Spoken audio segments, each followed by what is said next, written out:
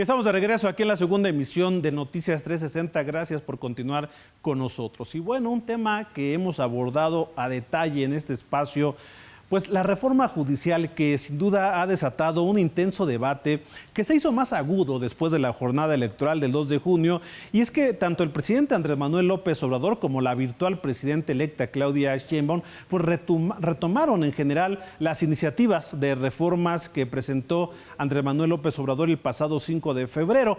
Pero sin duda ha sido pues la relativa al Poder Judicial la que propone, entre otras cosas, por ejemplo, reemplazar a todos los ministros, jueces y magistrados, permitiendo la reelección a quienes se encuentran en el cargo, y también que los nuevos sean pues mediante el voto popular. Esto sin duda le ha metido nervio, polémica. Bueno, para platicar sobre este tema, pues qué mejor que recurrir a los expertos para que nos ayuden a entender el tema de la reforma al Poder Judicial. Por ello, agradezco la comunicación con el maestro Francisco Burgoa. Él es abogado constitucionalista y profesor de Derecho en la UNAM. Maestro, ¿cómo está? Muy buenas tardes. Gracias por la comunicación. Al contrario, Carlos, gracias por la invitación y con todo gusto compartir estas opiniones que tengo respecto al tema. Maestro, y de entrada, y precisamente para las personas que nos ven en este momento, que les preocupa, que han escuchado muchas noticias, muchas opiniones de especialistas sobre lo que puede generar una reforma de esta magnitud, ¿cómo entenderlo para quienes no son especialistas en esta materia, pero saber lo que impactaría y cómo repercutiría en la sociedad una reforma de esta magnitud, maestro? En nuestro país tenemos una constitución en donde se encuentra ahí regulado el supremo poder de la federación, que ese se divide para su ejercicio en legislativo, ejecutivo y judicial. El poder ejecutivo, el presidente, es quien se encarga de ejecutar las leyes, de administrar el país. El caso del legislativo legisla, crea leyes, y el caso del poder judicial es el que se encarga de juzgar. El poder judicial, por su definición, es un poder que suele trabajar de forma discreta, no digo discrecional, de forma discreta, porque generalmente las personas juzgadoras, sean jueces, magistrados o ministros, suelen trabajar en sus despachos y a partir de ahí analizar los asuntos para resolver y dictar las sentencias que correspondan. Esta iniciativa que presentó el presidente López Obrador el 5 de febrero pasado, entre ese paquete de 20, 18 son de reforma constitucional y una es precisamente sobre o para el Poder Judicial de la Federación, pero también para los poderes judiciales de las entidades federativas. ¿En qué consiste y por qué es tan importante? Porque cuando uno como persona, como ciudadano, tiene un problema, tiene que acudir a los jueces. Y bueno, depende de la materia. Si es un asunto en materia penal, tendría que acudir primero a los ministerios públicos que forman parte de las fiscalías. Que dicho sea de paso, el tema de la procuración de justicia, fiscalías y ministerios públicos no entra dentro del debate de esta reforma al Poder Judicial. Solamente es el caso, insisto, del Poder Judicial de la Federación y de los poderes judiciales locales. Cuando una persona necesita el auxilio o la intervención de un juez, va con ayuda de un abogado o a través de las defensorías de oficio para que puedan resolver sus asuntos. Se requieren jueces independientes, autónomos y que garanticen una imparcialidad. Y esta es la parte que en todo momento necesitamos para que el sistema de administración de justicia sea lo más perfecto posible. El que tenemos hoy a nivel del Poder Judicial de la Federación, ¿es perfecto? No, no lo es, pero sí es perfectible. Y por supuesto que es importante que se pueda construir un gran acuerdo para que se pueda llevar a cabo una gran reforma a todo el sistema de justicia y no solamente quedarnos en la apariencia, descuidando la esencia. ¿Por qué digo de la apariencia y de la esencia?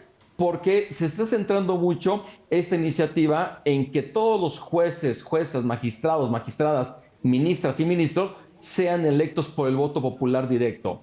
Sí. Porque en opinión del presidente de la República, de conformidad con la exposición de motivos de su iniciativa, se dice que si las personas juzgadoras gozan de una legitimación democrática del pueblo, es decir, que el pueblo, la ciudadanía, pueda elegir por voto popular directo a las personas juzgadoras, se van a erradicar problemas como corrupción, nepotismo, tráfico de influencias, impunidad. Claro. Pero esa premisa no tiene realmente un sustento para que se pueda comprobar que realmente se van a acabar esos problemas. Tan es así, si fuera el caso de que con el voto popular se va a erradicar la corrupción, Carlos, ¿acaso no elegimos al presidente, gobernadores, alcaldes, senadores y diputados por el voto popular directo? ¿Cuántas de esas personas que son electas por el voto popular no han estado envueltas en temas de actos de corrupción? Así es. Es decir, la legitimación popular vía voto no va a resolver los problemas, y esa es la parte que preocupa. Solamente quedarnos en la apariencia, en la elección, la forma de elección de las personas juzgadoras, y descuidar la parte sustantiva, la parte del fondo. ¿Cómo garantizar el pleno derecho de acceso a la justicia que tenemos todas las personas? Claro, claro. Maestro, sin duda, esto ha sido claramente pues, el tema más sensible, es decir, esta elección por voto popular de jueces y magistrados. Pero también hay un problema, no sé si se pueda compartir, maestro, pero por ejemplo, se hacen los parlamentos abiertos o estos foros que están en este momento en el Poder Legislativo, pero tradicionalmente, históricamente, los parlamentos abiertos no han servido para nada, porque en realidad los legisladores ya traen pues la indicación. Es importante que haya estos parlamentos abiertos, no sirven o podrían en algún momento modificar esta iniciativa tal como viene del Ejecutivo Federal. Qué bueno que lo comentas, Carlos, porque lamentablemente los parlamentos abiertos, estos foros que se llevan a cabo desde el Poder Legislativo para invitar especialistas para que puedan dar sus opiniones respecto de distintas iniciativas que se presentan dentro de Cámara de Diputados o Cámara de Senadores o en los congresos locales, en teoría sirven para poder mejorar o enriquecer las iniciativas para que al momento de que se elabore un dictamen pueda recoger esas opiniones. Esa es la parte teórica, la parte que es muy buena. Sin embargo, has hecho una precisión muy importante, Carlos, porque lamentablemente se convierte prácticamente en un diván legislativo. Solamente se va a opinar, a desahogarse, a dar los distintos puntos de vista, pero los legisladores dicen, bueno, ya llevamos a cabo este parlamento abierto, este foro, escuchamos especialistas, pero nosotros tenemos la mayoría y nosotros vamos a decidir exactamente en qué términos. Y esta es la parte preocupante, la parte lamentable. Y en estos momentos, como bien comentas, llevamos 3 foros de 9 que son llamados estos diálogos nacionales sobre la reforma al Poder Judicial. Ya se llevó a cabo en Cámara de Diputados, Ciudad de México, en Jalisco y en Toluca. Faltan otros 6. Pero si de esas conclusiones que se van a tener no se va a cambiar una sola coma a la iniciativa presidencial, esto fue solamente una tomadura de pelo, no fueron foros de discusión, fueron simplemente foros de simulación. Claro, y si realmente la virtual presidenta electa, Claudia Sheinbaum, tiene este interés real de enriquecer la iniciativa, que por favor se llama a la mesura de los legisladores para que incorporen los elementos y que se pueda llevar a cabo la reforma al Poder Judicial que México realmente necesita, y que inclusive no forzar a que se tenga que discutir y aprobar en septiembre, en el último mes del mandato del presidente López Obrador, que se den todavía unos meses más para poder construir, insisto, la reforma para la justicia, y no solamente para que las personas que sean juzgadoras sean electas por el voto popular, cuando no hay en estos momentos ninguna garantía de que puedan llegar los mejores perfiles, personas con experiencia, con preparación, con conocimientos técnicos jurídicos para impartir justicia desde el cargo de jueces o magistrados. Y sobre todo, si van a tener una afinidad, una cercanía hacia el partido oficial. Así es. Maestro, por último, y la verdad es que da para mucho este tema, pero bueno, el tiempo es limitado. También recientemente pues se dio a conocer que la ministra Yasmín Esquivel pues dijo que Norma Piña, la presidenta de la Suprema Corte de Justicia, que debería de renunciar. ¿Usted cómo ve este llamado de una ministra a la presidenta de la Corte? Y esto dijo pues para agilizar, para destrabar esta discusión. ¿Cómo lo vería usted, maestro? Me parece muy desafortunado que desde el Pleno de la Suprema Corte se haga esta solicitud o esta invitación a la reflexión para que la ministra presidenta Norma Piña renuncie a su cargo de presidenta de la Corte y presidenta del Consejo de la Judicatura. Porque ¿quién lo solicita? Yasmín Esquivel, una ministra que es cercana finalmente a las simpatías del presidente López Obrador, de Morena, de la llamada Cuarta Transformación.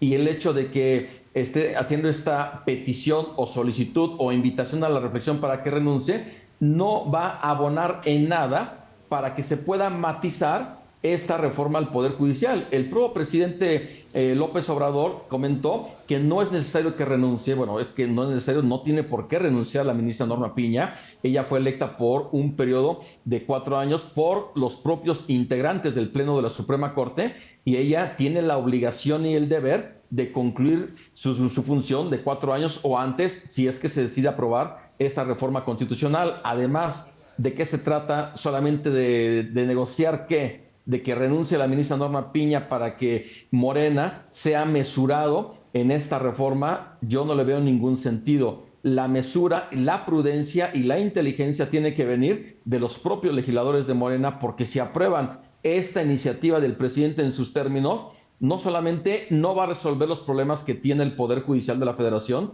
y los poderes judiciales de las 32 entidades federativas, los va a agravar, y esa es la parte que realmente debe ser consciente, eso con independencia, Carlos, de imaginarnos cómo se llevaría a cabo la jornada electoral para elegir a más de 1,600 personas juzgadoras, que es diferente a estar eligiendo a todos los demás cargos de elección popular como en las elecciones pasadas, porque aquí es algo todavía, digo, solamente haciendo este comentario muy puntual, Carlos, tan solo en la Ciudad de México hay 360 juzgadores, jueces y magistrados.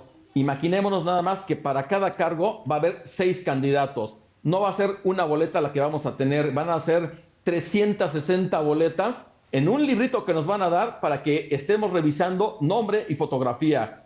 ¿Cuánto tiempo nos vamos a tardar en estar votando? Insisto, 360 cargos solamente en el primer circuito judicial que comprende la Ciudad de México. Es decir, estamos hablando de una operatividad que de verdad rebasa la lógica en su implementación. Si quieren implementar el voto electrónico, ¿cómo garantizar que no pueda haber un fraude? Es decir, el tema no es nada fácil y, como bien dices, Carlos, da mucho para qué seguir hablando.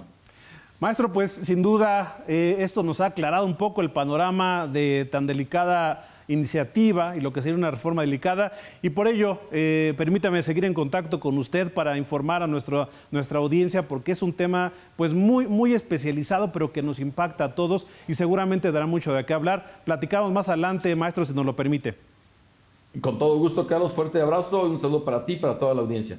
Gracias al maestro Francisco Burgoa, un abogado constitucionalista y profesor de la Universidad Nacional Autónoma de México.